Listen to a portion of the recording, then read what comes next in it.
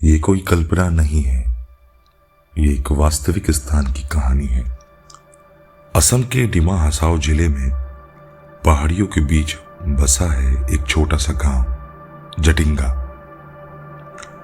दिन के समय यह गांव बिल्कुल सामान्य प्रतीत होता है, हरा भरा, शांत और निश्चल। लेकिन हर वर्ष अगस्त और सितंबर के बीच की कुछ रातों में यहां एक ऐसी घटना घटित होती है जिसे आज तक पूरी तरह समझा नहीं जा सका है।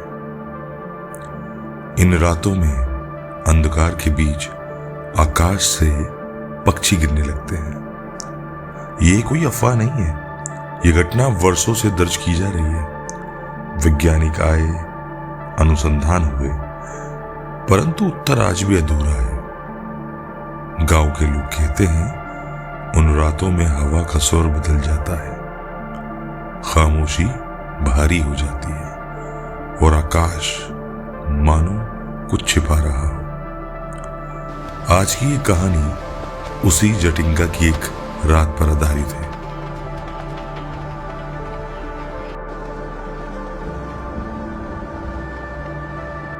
जब मैं जटिंगा पहुंचा तो गांव असामान्य रूप से शांत था। दिन का समय था, लेकिन लोगों के चेहरे पर एक अनकहा भय साफ दिखाई दे रहा था। कोई अधिक बातचीत नहीं कर रहा था, कोई अनावश्यक प्रश्न नहीं पूछ रहा था। ऐसा प्रतीत हो रहा था मानो हर कोई किसी निश्चित समय की प्रतीक्षा कर रहा हो। शाम होते ही पहाड़ियों से धुंध नीचे उतरने लगी, हवा में नमी बढ़ गई और गांव की गलियों में एक भारी खामोशी फैल गई। सूर्यास्त होते ही जैसे पूरे गांव ने अपनी सांस रोक ली हो। दुकानों के शटर गिर चुके थे, दरवाजे बंद हो रहे थे। उसी समय एक वृद्ध व्यक्ति मेरे पास आया। उसकी आवाज धीमी थी, लेकिन शब्द भारी थे। उसने कहा, आज की रात बाहर मत रहना। मैंने कारण जानना चाहा, पर उसने कोई उत्तर नहीं दिया। वह बस आकाश की ओर देखने लगा। रात गहराने लगी। लगभग 9 बजे के आसपास हवा अचानक तेज हो गई। पेड़ों की शाखाएं हिलने लगी, पत्तियों की सरसराहट अब असहज लगने लगी थी। तभी एक अजीब सी ध्वनि सुनाई दी, पंखों की फड़फड़ाहट, जैसे आकाश में कुछ बेचैन हो उठा हो। मैं बाहर निकला, चारों ओर धुंध फैली हुई थी, चंद्रमा दिखाई नहीं दे रहा था, केवल कुछ घरों की रोशनी अंधकार को काटने की कोशिश कर रही थी। उसी रोशनी में मैंने आकाश से गिरते हुए काले साए देखे। वो पक्षी थे, पर वे सामान्य रूप से नहीं उड़ रहे थे।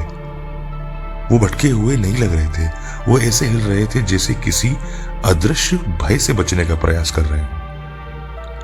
कुछ पक्षी बिजली के तारों से टकराए, कुछ दीवारों से, और कुछ सीधे मेरे सामने भूमि पर आ गिरे। उनके जो पंख थे अब भी हिल रहे थे। उनकी आंखें खुली थी, पर उनमें कोई जीवन नहीं था। चारों ओर पक्षियों की तीव्र आवाजें गूंजने लगी। ये पीड़ा की ध्वनि थी, ये भय की ध्वनि थी। गांव के सभी द्वार बंद हो चुके थे, कोई बाहर नहीं आया, केवल मैं और वो दृश्य। तभी मुझे महसूस हुआ कि यह केवल दुर्घटना नहीं थी, यह केवल दिशा भ्रम नहीं था। धुंध के भीतर कुछ हिलता हुआ सा प्रतीत हो रहा था, कुछ विशाल, कुछ भारी, और तभी सब कुछ एक साथ शांत हो गया।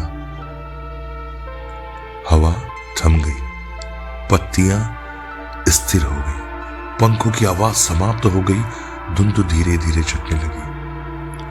भूमि पर चारों ओर मृत पक्षी पड़े थे। प्रभात होने पर गांव फिर सामान्य दिखने लगा, मानो रात की घटना कभी घटी ही ना हो।